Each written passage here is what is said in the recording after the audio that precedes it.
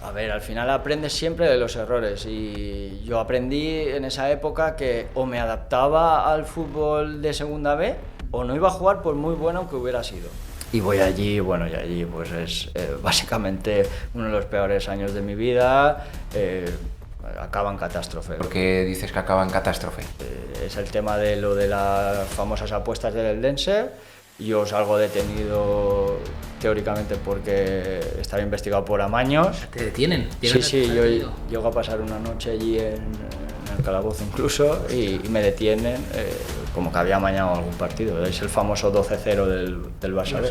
¿Quién había en aquel Barça B? Estaba Iñaki Peña, el portero, estaba Marco Curella, estaba Fali del Cádiz, porque al final el jugador de segunda, vamos a hablar de segunda, cobran salarios de, vamos a poner de media 200.000 que se te quedan en 100.000 euros al mes, al año limpios, porque los otros 100 se los lleva Hacienda. Como no tengas ese salario durante 15 años, vas a tener que trabajar igual que todo el mundo y probablemente, aunque los cobraras durante 15 años, vas a tener que trabajar igualmente.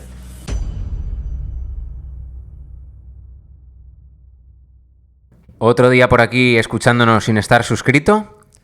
Qué mal, qué mal. Oye, venga, va.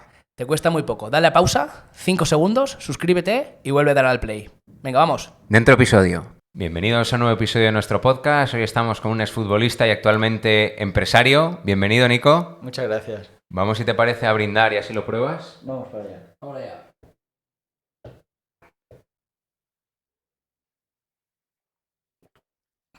Está bueno, ¿eh? Está bueno. Está bueno, sí. Al final... Yo me lo he bebido entero, ¿eh? No, nosotros que ya estamos, nos hacemos tantos que ya hay que controlarse. Tenemos que dosificarnos. Nico, para el que no te conozca, ¿quién es Nico Schaffer? Pues Nico Schaffer es un exfutbolista profesional. Actualmente sigo jugando fútbol, pero ya no de manera profesional. Y bueno, ahora lo que hago es gestiono varias empresas, entre ellas una mía y luego varias con coinversores. Y me dedico a gestionar el patrimonio de gente. Muy bien, pues vamos a empezar si quieres con ese exfutbolista, ¿no? Con ese mundo del fútbol. ¿Cómo pasa Nico a ser un chaval que le gustaba el fútbol a entrar en lo que es la residencia del Villarreal? Bueno, yo estaba en el equipo de mi pueblo jugando y un representante de la zona me dice que me va a traer a probar al Villarreal una semana y encantado, pues yo vengo y entreno. No tenía prácticamente ni conocimiento de la prueba que iba a ser eso. Yo vengo como un entrenamiento más, me sale genial, vuelvo a venir, me convocan a un partido y en el partido pues meto un buen gol. Y me siguen convocando para venir a más torneos en Barcelona y un torneo en Oliva. Y nada, en la final del torneo en Oliva meto un golazo también de falta contra el Valencia y nada, al final del partido en el parking teníamos el contrato con el Villarreal. Con el Villarreal, sí. Bueno. ¿Y cómo recuerdas tu etapa en la residencia, Nico? ¿Hubieron momentos, imagino, buenos y no tan buenos? ¿Qué recuerdas? Pues bueno, pensad que en la Resi hay 120 niños, sobre todo al principio, el primer año, fue muy duro porque yo no había salido nunca de mi casa, vienes aquí, no tienes el apoyo de tus padres, de tu familia, de tus amigos, son 120 niños, cada uno de un padre y una madre, y es complejo. Yo me quería volver a casa, pero mis padres, pues bueno, recuerdo muchas noches llamarlos llorando, que me quería ir, y ellos me decían, oye, aguanta, que creo que merecerá la pena, y efectivamente pues así fue. Porque ¿con qué edad te vas tú a la residencia? Yo me voy con 15 años. Con 15 años me voy a la Resi, empiezo en el Cadete B y estoy hasta el Villarreal B con 20 años prácticamente. Y en ese tiempo, por lo que has dicho, ¿no? Intuyes y decides, dices, hostia, yo me tengo que ir de aquí, esto no se puede aguantar, pero ¿por qué? Más que nada por la familia, porque no estabas a gusto dentro. Bueno, al final pues hay momentos que pues, te peleas con compañeros, te sientes solo, claro. No te sientes arropado porque no tienes a nadie que en un momento dado te dé cariño y solo por teléfono. Y ese año fue muy malo, estuve sí, muchas veces a punto de irme, pero menos mal que mis padres estuvieron ahí para decirme, aguanta que merece la pena. Es verdad que fue un periodo transitorio de un año y luego al año siguiente pues ya me adapté mejor y estuvo bien. Nos consta que una figura importante en esa época, Nico, fue Juan Carlos Garrido. Corrígeme si me equivoco. Sí, yo cuando llego, de hecho creo que el contrato me lo da él en el parking de Oliva, fue una figura muy importante para mí porque él era el director deportivo de la cantera y me tenía mucha estima. Es verdad que él siempre se ha caracterizado por tener un carácter muy fuerte, pero en el fondo a mí me apreciaba y siempre como que me convocaba para ir en una categoría superior. ¿Qué crees que vio en ti? No sé, yo creo que por aquel entonces el fútbol era diferente que actualmente, era muy combinativo. De hecho, gracias a la selección española de Iniesta, Cazorla y demás, pues bueno, los que éramos bajitos teníamos la oportunidad. Entonces entiendo que vería que era un jugador inteligente, que pese a mi altura, que no era muy alto, pues jugaba rápido, pensaba rápido y apostaron por mí. ¿Y qué puedes decir que se ve desde dentro, ¿no? De la escuela del Villarreal? Porque al final la escuela del Villarreal, la cantera, es muy buena, ¿no? Y tiene muy buena fama lo que es también la ciudad deportiva del Miralcamp. ¿Qué viste desde dentro que podrías decir? Es que lo hacían muy bien, es que esto se hacía muy bien. Bueno, yo ahora mismo tengo un hijo de 9 años y evidentemente si tuviera que dejar a mi hijo en algún sitio, lo dejaría en la residencia del Villarreal, porque al final es una familia, estar allí, todos los tutores, todos los cocineros, todos los entrenadores, es como pertenecer a una pequeña familia, pero además con un profesionalismo de un equipo de primera división. Entonces eso es indudable. Nos cuidan, te llevan al instituto, te dan de comer comida que no la comerías en tu vida, todos los días diferente, calidad, y entonces para mí es lo mejor que hay. Porque tú seguiste estudiando, ¿no? Pese a irte, porque muchas veces también para, ¿no?, desmitificar esto de que no, el chaval se va a jugar a fútbol y ya solo juega a fútbol, ¿no? No, claro, allí todos los días a las 8 de la mañana nos despertábamos antes, íbamos a desayunar, pero a las 8 teníamos que estar preparándonos para ir al Instituto Miralcamp. Tenías que ir y levantarte, y si no querías, no era mi caso, te levantaban y te obligaban a ir, evidentemente, claro. Tú luego sigues ascendiendo, Nico, y vas a debutar en segunda división contra la Real Sociedad de Antoine Griezmann. Exacto. ¿Qué recuerdas de aquel partido? Y luego, ¿qué nombres había en el Villarreal y qué nombres había en la Real Sociedad? Pues recuerdo que fue un partido de mayo, que la Real Sociedad estaba jugándose el ascenso a Primera División. En Anoeta habían 33.000 espectadores, wow. El campo lleno.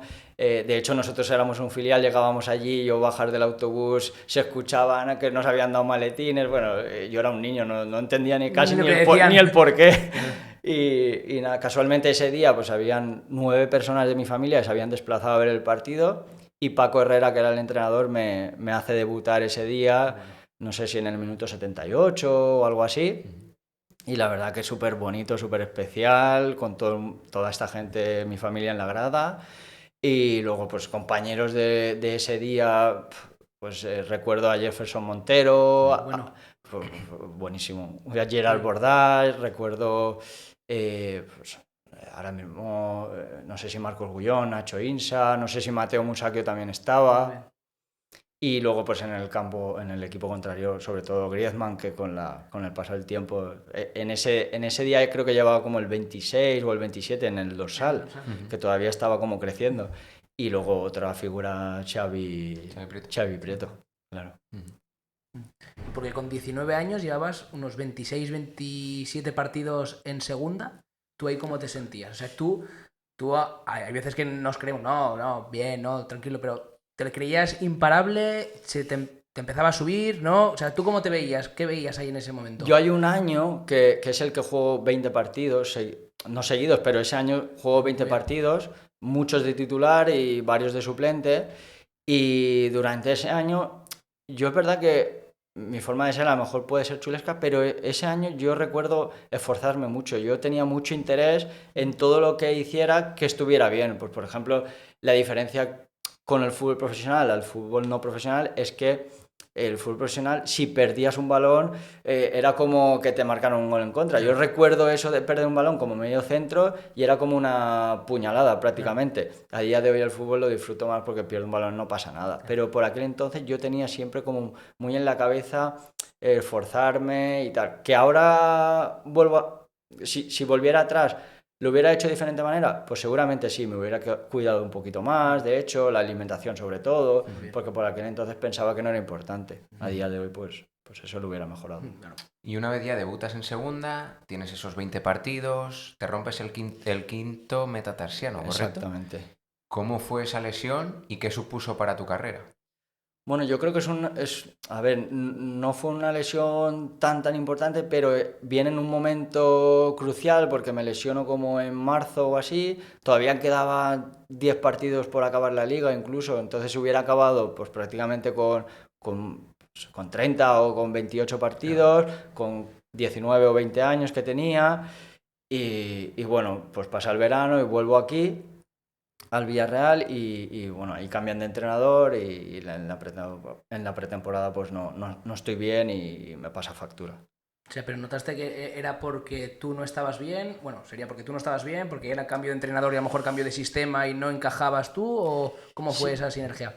Yo creo que también creo que cambió el entrenador, cambió un poquito la manera de transmitir, a lo mejor me pedían más porque ya no era un novato, ya tenía algo de experiencia, Claro. no supe adaptarme bien a ese año y no participé. Vinieron por debajo gente apretando como Manu Trigueros que lo hizo bastante, bueno, ya lo veis, cómo lo hizo oye, y entonces me comieron, por así decirlo. Porque ¿qué diferencias había en el Villarreal de Javi Gracia? Cuando tú te lesionas está Javi Gracia, cuando tú vuelves de la lesión está Molina. ¿A qué jugaba cada equipo? ¿Qué dirías tú que era lo más importante en cada entrenador? ¿Qué destacarías? Sí, yo destacaría, sobre todo Javi Gracia, recuerdo mucho que a nivel táctico era impecable. O sea, yo recuerdo muchos aspectos de él en el que el central si salía de posición, yo como medio centro tenía que ocupar su lugar. Él siempre se fijaba mucho tácticamente si estaba bien posicionado y si no. Y de Molina lo que recuerdo era que era un juego más combinativo, muchísimo más combinativo, no se centraba tanto en la parte táctica, sino en que tú tuvieras el balón, que crearas superioridades y demás. Y en este momento que has comentado, ¿no?, que aparece Manu Trigueros, por así decirlo, que te come el terreno y tú no estás del todo bien, ¿cómo sigue tu carrera profesional? Es decir, ¿dónde seguimos? Yo ahí hay una temporada que me voy cedido al Melilla 3 meses a final de año. No acabo de encajar tampoco porque paso de venir de 10 años jugando en el Villarreal a irme a segunda vez a Melilla. El fútbol es totalmente diferente, prácticamente parece otro deporte. Hostia. Y claro, con 21 años tú no estás capacitado para entender después de 10 años que el fútbol deja de ser muy combinativo, muy control y pase, a ser más directo.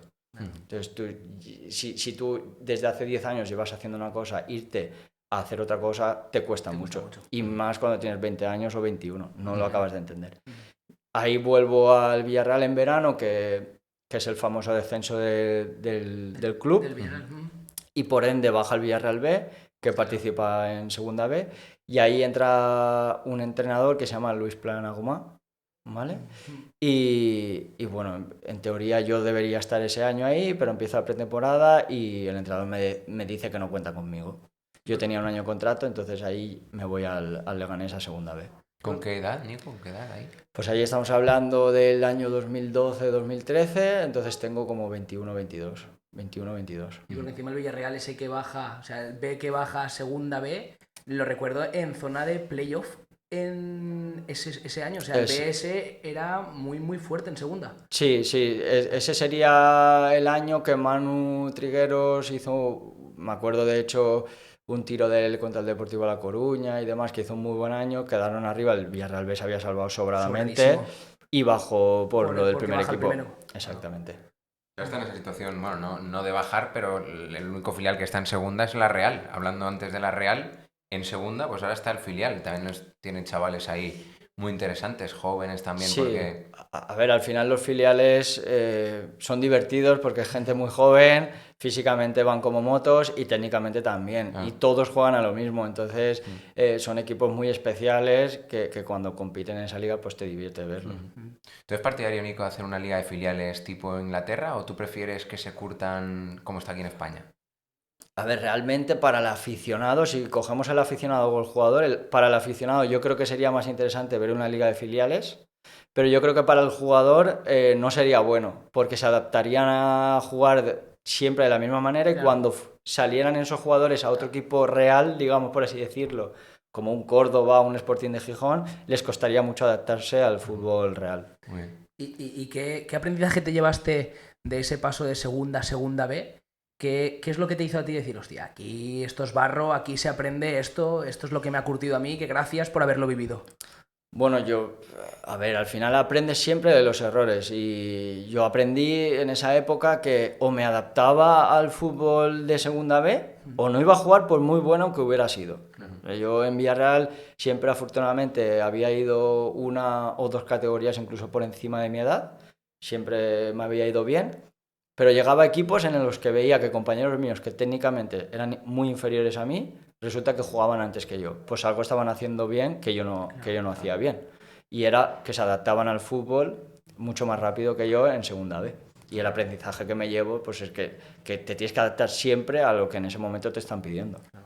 Porque ¿cuándo sentiste, Nico, que dejaron de confiar en ti en el club? ¿Cuando te cedieron por primera vez al Melilla? ¿O cuando llega Luis y te dice no cuento contigo? Porque muchas veces se ve la cesión como un hasta aquí hemos llegado. Yo creo que en mi primera cesión no, porque bueno, tenía 2 años de contrato, en diciembre pues no estoy participando y entiendo que el club pues para no participar te ceda, para que cojas minutos, para que sigas bien, pero a la vuelta en verano que yo llevaba prácticamente 7, 8, 9 temporadas en el club, pues y encima en segunda vez que no contaran conmigo, eso sí que me afectó bastante, no me creía ese momento, pero bueno, así fue. ¿Y cómo gestionas tú eso? Es decir, ¿cómo gestionas esa hostia de realidad? Porque quieras o no, al final, le pasa a muchos chavales, ¿no? Que los ves en la cantera del Villarreal o de otro club, pasan los años y parece que sí, y de repente llegan a lo mejor a acabar juveniles y empezar a lo mejor con el C y fuera. ¿Cómo gestionas tú ese momento? Bueno, pues a ver, fue un momento jodido. Es jodido, llevas toda la vida en el club, la gente que estaba confiando en ti asiduamente, como pues Juan Carlos Garrido y demás, tampoco estaba ya por aquel entonces, y ves como que el club está evolucionando y a lo mejor lo que antes les parecía que era para, digamos, apostar por ese perfil de jugador, pues ahora ya no les interesa y van por otro. En ese momento es duro, pero lo tienes que aceptar e intentar seguir adelante. Al final fui al Leganés, que es un club en Madrid, Comunidad de Madrid, con muchos ojeadores, muchos representantes, muchos clubes, y al final también era una oportunidad de darme a conocer en otro lugar. Claro. Porque ahora viéndolo con retrospectiva, Nico, ¿qué crees que te pudo faltar en aquellos momentos? A lo mejor paciencia, a lo mejor entorno, a lo mejor, pues es lo que decías tú, ¿no? Cuidarte un poco más tú para luego rendir. Yo la verdad que cuidarme yo y todo eso no lo veo tanto, porque yo era muy responsable. Recuerdo que yo cada pase que fallaba lo sufría mucho, porque lo sufría. De hecho, yo recuerdo una frase de decirle a mi madre que yo no estoy disfrutando del fútbol, porque yo me preocupaba el no jugar, el fallar un pase, el no ser titular. ¿Qué hubiera cambiado por aquel entonces? Hubiera cambiado pues la manera de jugar que tenía. Yo estaba acostumbrado a controlar y pasar en corto, no mirar más allá de 10 metros. Era todo ir consiguiendo retos dentro del campo cortitos. Y el fútbol actual, bueno, lo estáis viendo últimamente con el Villarreal incluso, que las transiciones que hace son un verdadero placer verlas, lo rápido que viaja el balón y viajan ellos. Los equipos de Marcelino, sí, de Marcelino. Es una barbaridad. ¿Y tú en el Leganés? ¿Qué pasa en el Leganés? ¿En el Leganés nos adaptamos bien o tampoco entramos en dinámica? No entramos. Allí tengo un entrenador que es Pablo Alfaro, el jugador del Sevilla. Su manera de jugar pues era más directa. Yo cuando salía al campo intentaba no fallar pases y resulta que yo me iba contento porque no había fallado pases, pero al final él buscaba a lo mejor que esos pases tuvieran más impacto en la zona de ataque. Entonces tú te vas contento porque piensas que bueno, que lo has hecho bien, pero realmente para otro entrenador resulta que has dado 60 pases, pero ninguno con la intención que él tenía con la intención o con el daño que él buscaba. Claro. Entonces, claro, estabas como, jolines, ¿cómo puede ser que yo haya hecho este porcentaje de acierto y no esté jugando? Claro. Bueno, se priorizarían otras cosas, ¿no? No el porcentaje de acierto. Evidentemente, por eso no jugué.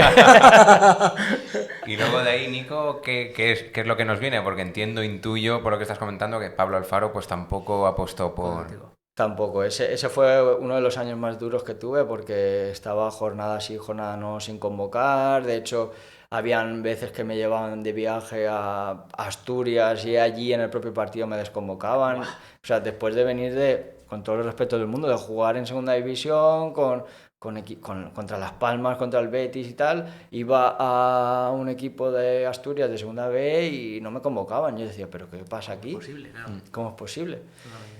Y nada, fue un año muy duro y en verano pues intento buscar un sitio donde yo pudiera encajar y afortunadamente pues encontré el Elche Ilicitano que acaba de subir a segunda B y fue un sitio ideal, la verdad. Porque ahí a quién tenías de entrenador y cómo es esa transición, ¿no? De venir de no jugar nada, de tú creer que bueno, hacerlo bien, pero no en la metodología que quería tu entrenador. ¿Cómo es esa transición a encontrarte ahí bien? Pues bueno, voy a un filial con Vicente Mir, un entrenador que siempre bueno, estaba en el Valencia Mestalla, en el Hércules y demás. Un juego muy, muy combinativo, tanto es así que yo que soy medio centro jugaba de banda, pero siempre metido por dentro para que el lateral saliera. Entonces ese año somos todos sub-23, ahí coincido pues con Cristian Herrera, el delantero del Elche, con Sergio León del Betis y demás, ahí hacemos un buen equipo y estamos en la última jornada contra el Llagostera para meternos en playoff. Jugábamos fuera de casa contra el Llagostera y si ganábamos nos metíamos en playoff siendo un filial. Y desgraciadamente ese último partido perdemos y no nos metemos.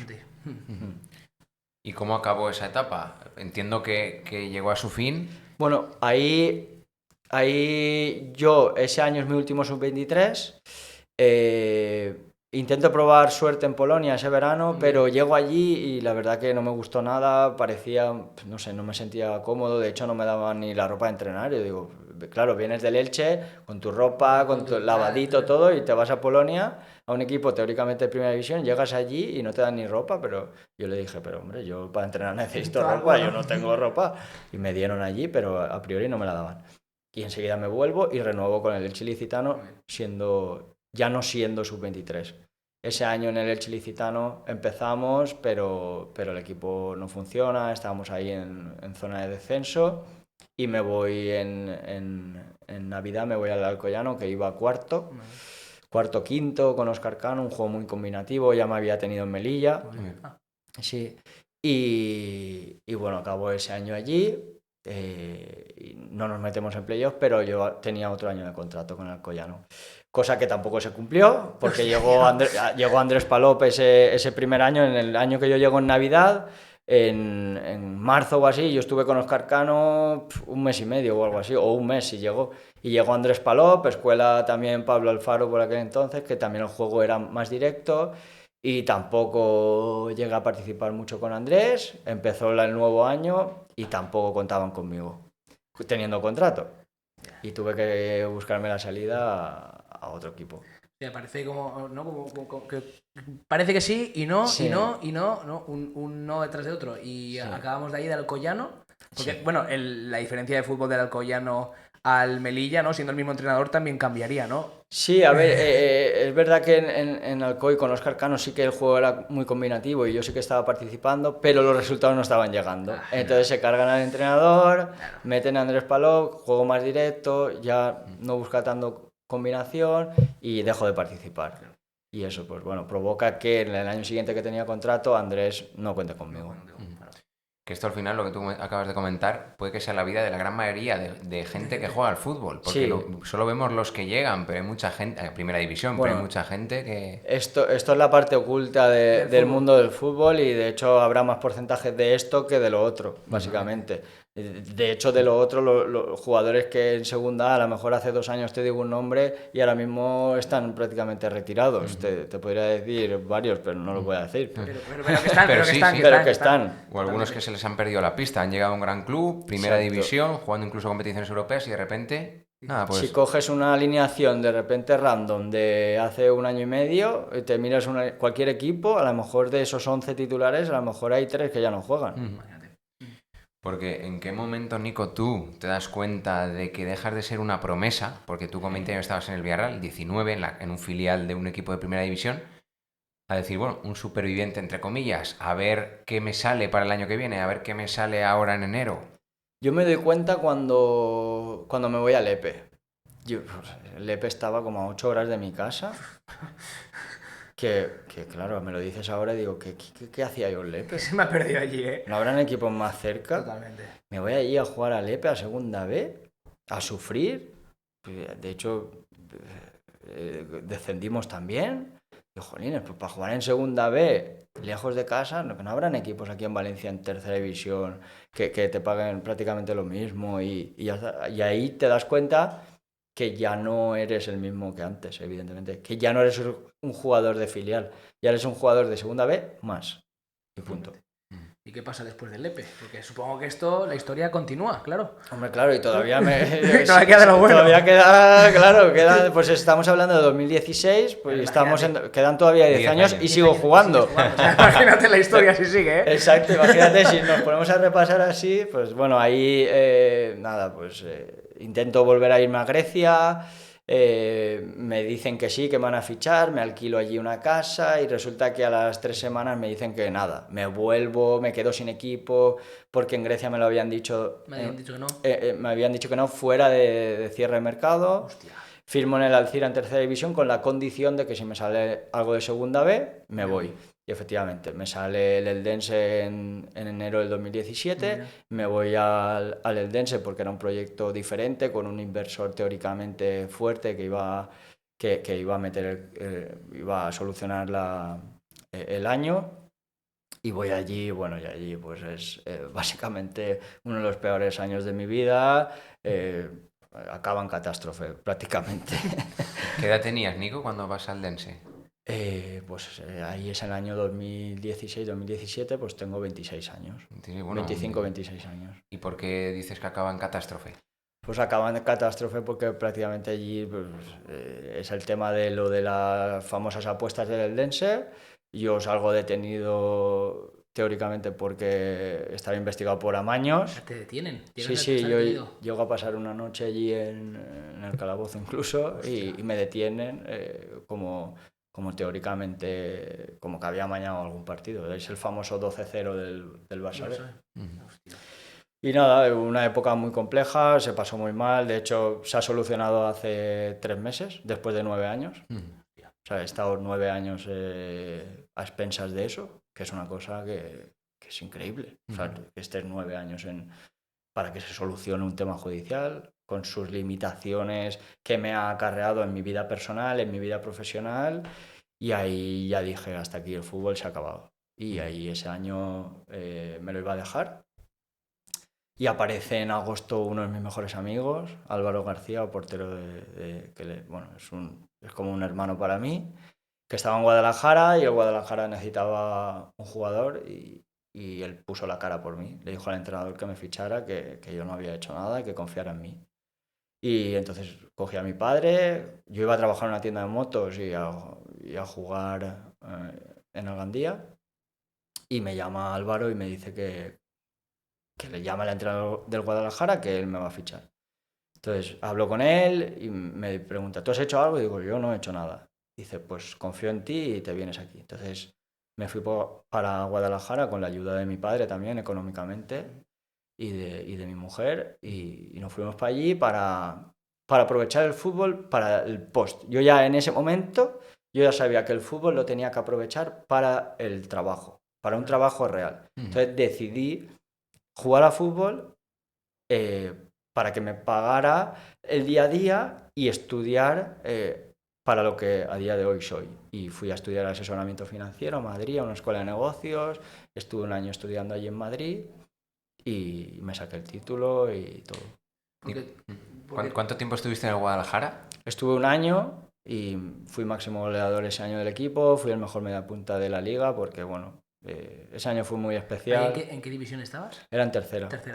Fue un año muy especial, era mi vuelta después de todo lo que había pasado.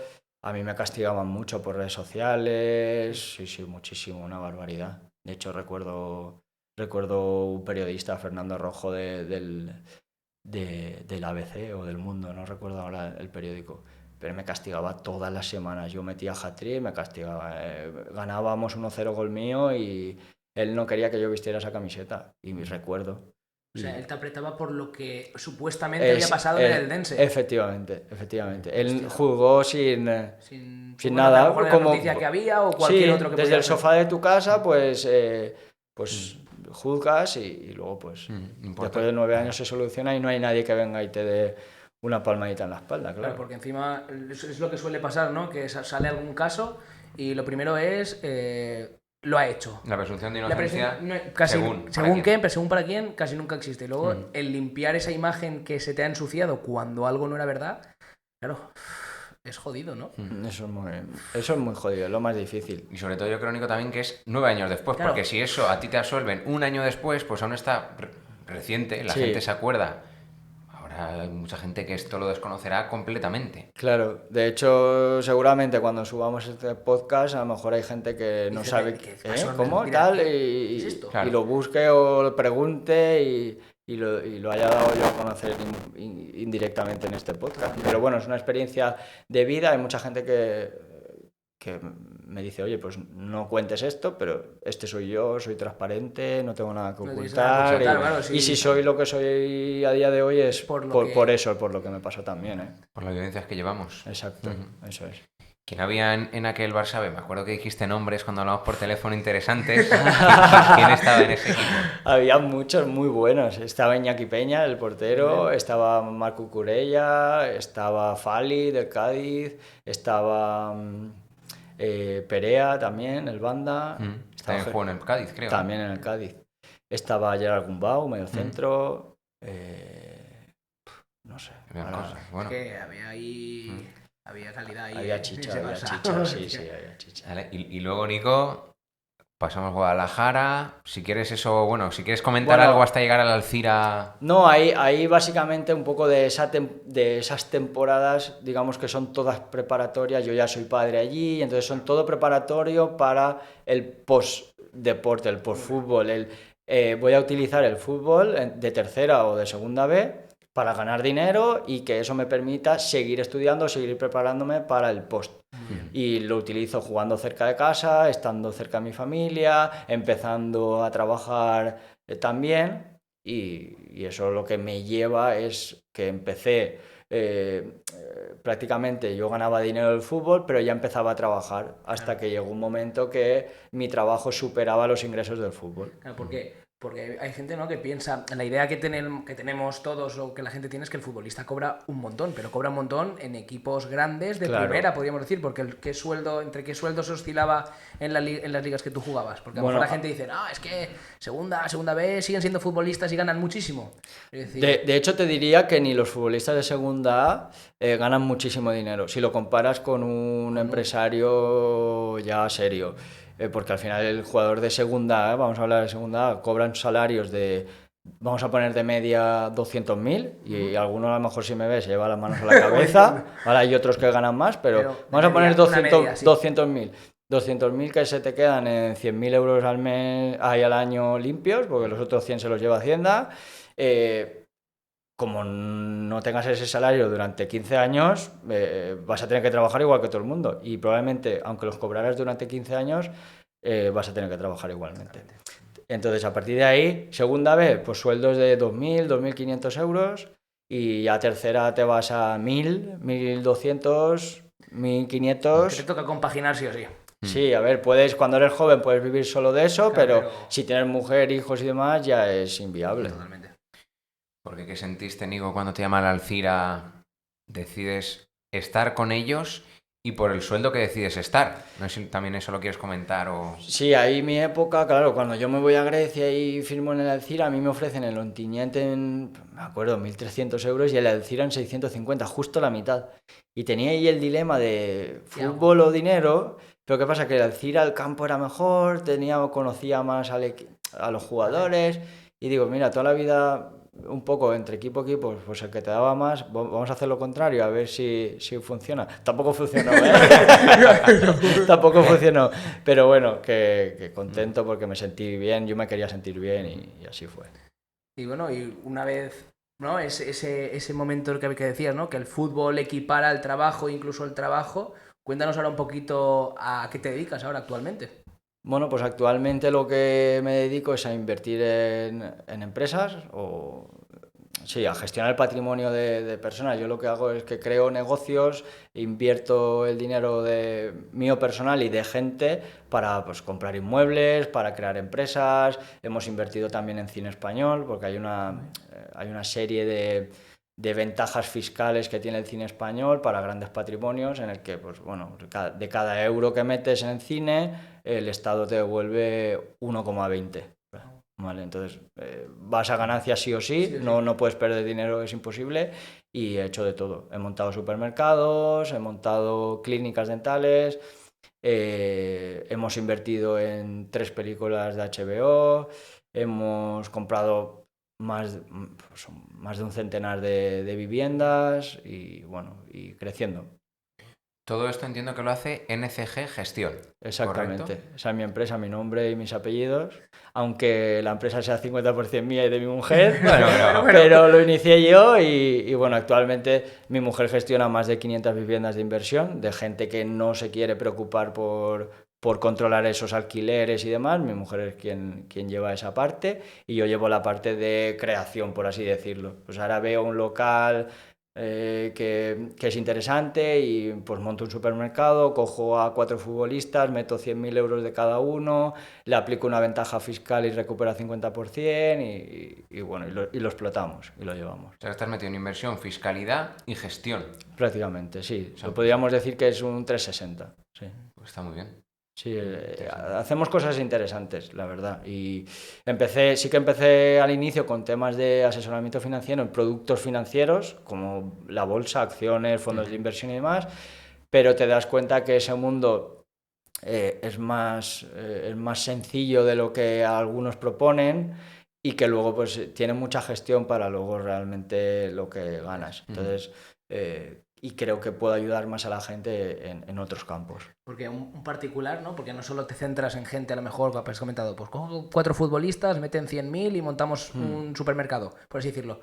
Claro, la gente a lo mejor te escucha y dice, hostia, yo no tengo así 100.000 en el bolsillo para invertir. Pero ¿cómo puedes ayudar a lo mejor a una persona más media, ¿no? Más de calle. Más de calle, exacto. Bueno, actualmente es verdad que ya no cojo clientes pequeños, es decir, alguien que quiera ahorrar 100, 200, 300 euros al mes, ya no los ayudo. Básicamente en una llamada de prácticamente 2 minutos te podría decir lo mejor que pudieras hacer, que te lo voy a decir aquí, que es cogerte un fondo de gestión pasiva, meterle 100 euros, 200 euros al mes y olvidarte. Y estarías haciendo más que el 98% de la gente que se complica la vida. Totalmente.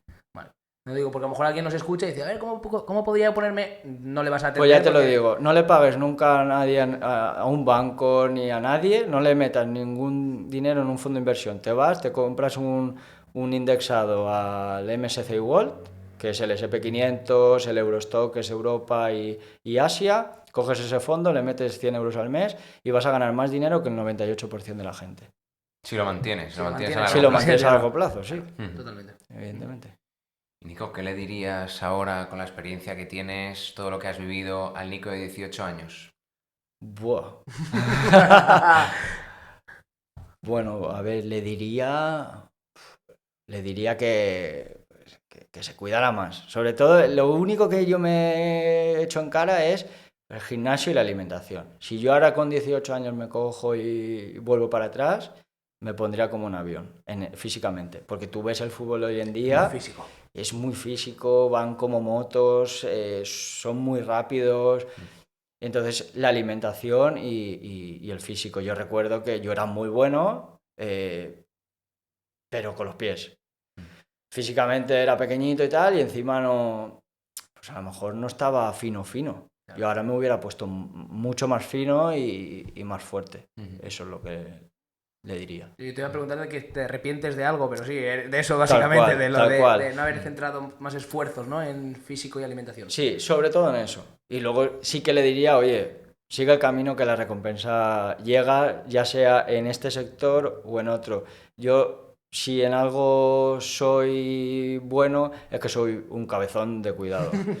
Y si quiero algo, al final lo consigo. Evidentemente en el fútbol no, pero en el resto de cosas sí que me he demostrado a mí mismo que que cuando se me mete algo en la cabeza lo tengo que sacar, cueste lo que cueste. ¿Y qué le dirías? Porque yo lo veo que soy profe y lo veo en el colegio, lo veo con, ¿no? esa veces, esas ganas de que el hijo triunfe, lo tiene más el padre o la familia que el niño en sí. Y muchas veces eso es contraproducente y hace que el niño, que a priori podía hacerlo bien, odie el fútbol, ¿no? ¿Qué le dirías a esas familias que se centran muchas veces en que su hijo va a ser el mejor y que su hijo es el mejor, es Messi? Entonces, ¿qué les dirías a las familias cuando el niño quiere jugar a fútbol y le gusta ir a jugar a fútbol? Pues yo creo que estoy casi que para que me lo digan a mí, porque tengo un niño de 9 años que le gusta muchísimo el fútbol, que se le da bien, que yo como padre y es futbolista, pues me gustaría que lo hiciera de otra manera, y hay a veces que intento no hablar, pero me cuesta mucho.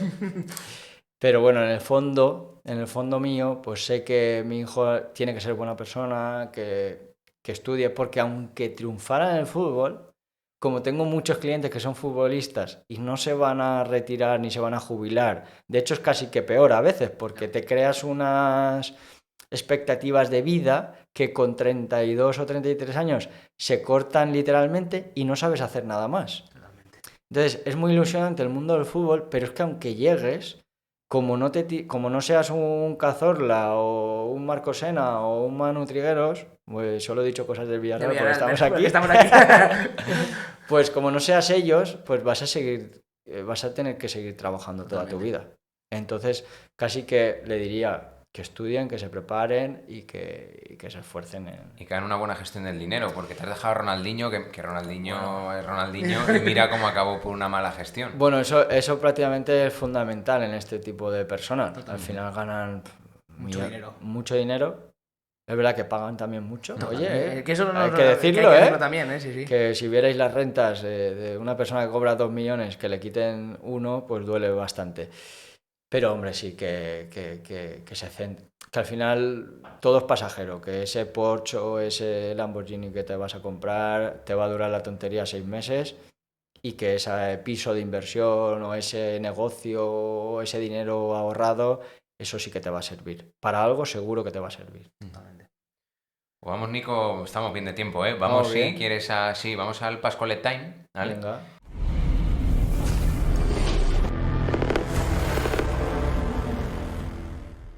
Primera pregunta. ¿El peor entrenador que has tenido? ¡Ostras!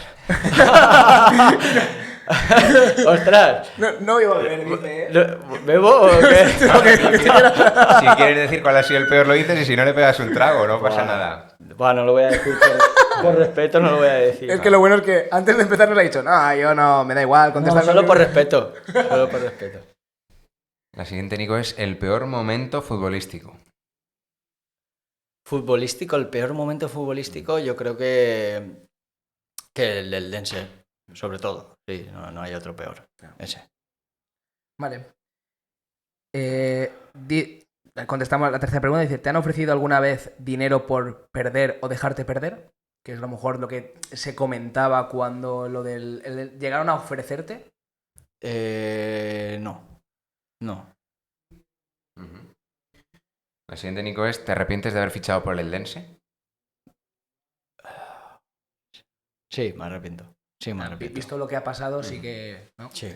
Vale. ¿Y alguna vez pensaste en dejar el fútbol? Antes de esto del... O sea, quiero decir, independientemente de lo que pasó en el Dense, jamás. ¿alguna situación...? Nunca. Antes de eso, jamás. Nunca. Yo es lo que había hecho desde pequeño y no sabía hacer otra cosa. Entonces era imposible que yo pensara en eso. De hecho, me cuesta a día de hoy, con 35 años, pensarlo. O sea, pese a lo mejor cuando te desceden al Melilla, que lo pasas mal, sí que tienes ahí un mejor, pero en ningún momento decir... No, porque lo compensa un poco el salario, porque al final sí que es verdad que en esos momentos, aunque no jugaras, tenías un salario alto y decías, oye, pero ¿cómo vas a...? Estoy pasando un poco regular, pero estoy ganando esto. Claro, entonces, oye, lo mantienes, pero no. Nico, nos hemos portado bien, ¿no? Pues muy bien, yo creo que sí. Has oído la primera, pero porque has querido. Sí, porque si no lo digo, ¿eh? Vale, pues ahora viene el momento, que esto no lo decimos in situ, que es que tú tienes la opción de preguntarnos a nosotros y contestamos o bebemos. Si quieres. Algo. Siempre lo decimos aquí, así no da tiempo de juego y... Vale, hostia. Y lo empiezo ya, ¿no? Entonces, bueno, cuando quieras. ¿Qué edad tenéis? Que no os lo he preguntado. Pues 29, 29, yo cuando salga el episodio... pero enseguida, este año hacemos los 30. Los 30. Somos del 96 los dos. 96. Vale. Y... Se está portando bien, ¿eh? No, no. Si no bebemos, si se porta mal bebemos. Pero, ¿cuánto dinero habéis ganado, por ejemplo, en publicidad o relacionado con esta marca, con el podcast? Buah.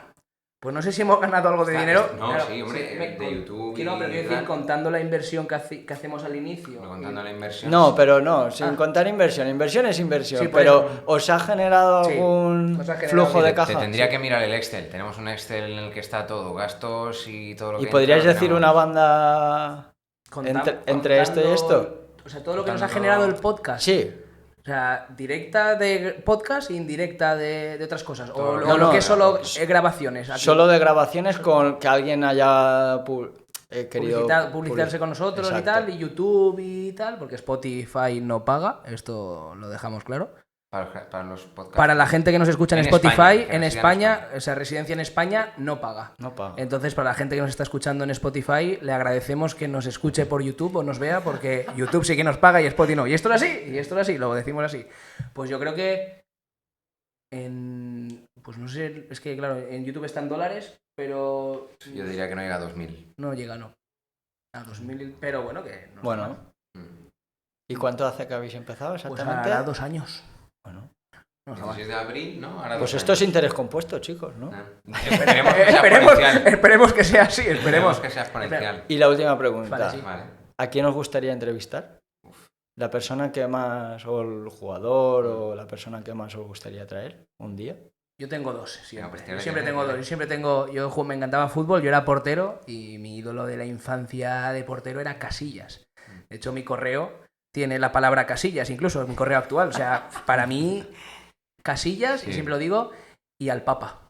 Y al Papa. Al Papa, porque es una persona, quiero decir, seas creyente o no, el Papa es una persona, un ente que dices, "Tío, esa persona, Única. por estar donde está, tiene que saber seguro". Sí. Entonces, para mí, esos dos perfiles serían. Y yo, una persona que ya tuve la suerte de entrevistar, que es Marcelino. Y luego, pues, te podría decir muchas. Para mí, Nadal, que para mí es el mejor deportista español de la historia. Sería Yo hubiera un dicho la sueño, misma. Nadal. Y del mundo del fútbol, pues que tengo muchos. Te podría decir Villa, Cañizares, Aimar, Silva, no sé, Albelda Baraja, Ayala, millones ves- de personas. Ya ves No, de qué no, equipo es, José. no Sí, te- sí. Pero bueno, que si me sentas delante de Iniesta, pues hablo con él encantado. A mí el mundo del fútbol me encanta, o sea que no... Genial. Pues ya está todas mis preguntas. Vale, va. ¿Te acuerdas bien, Nico? Está ahí el paso paso ahí. ahí. Sí, sí, sí. Bueno, Bueno, pues ahora llega nuestro final, ahora llega el final, que desde este año pues tenemos un nuevo sponsor, pues esto que vamos creciendo, ¿no? Entonces... Esto es un regalo para ti, Es un Nico. regalo para ti, es un regalo con la condición de que ahora lo abras y lo Lo lo pruebes, pruebes a ver si sabes lo que es. y el final lo hagas con ellas puestas. Pero mira, hablando antes, como comentabas del tema descanso y tal, que te habrías cuidado más, pues hoy en día, esto, en el mundo del fútbol, mucha gente lo utiliza. Espectacular. Y bueno, nos los dan nuestros amigos de Pure Mind, un regalo para ti, y ahora pues con ellas puestas tienes que hacer un cierre, el cierre que quieras. Pues justo es lo que necesitaba. Pues mira. Justo es lo que ¿Has visto? necesitaba. Pues está venido que al pelo. No, al pelo, tal cual. Me las hubiera comprado, pero ya que nos lo ¿Visto? regaláis, Pues genial. para ti. Gracias a Pure Mind. Entonces ahora el objetivo es que pues hagas un cierre del episodio, pues de lo que quieras decir o algo a lo mejor que no hemos comentado que te hubiese gustado hablar. Es decir, es tu momento, tú cierras el episodio. Encantado de estar aquí con vosotros a explicar un poco mi historia, cómo un jugador de fútbol profesional pasa a ser un empresario que gestiona patrimonios para que alguien que esté en esa situación o que vaya a pasar por esa situación aprenda y pueda aplicarlo en su vida. Pues muchísimas gracias, tío, y vamos, on time, ¿eh? Perfecto. Estamos on time. Muchas Y hasta la gracias. próxima, Nico, gracias. Gracias a vosotros dos.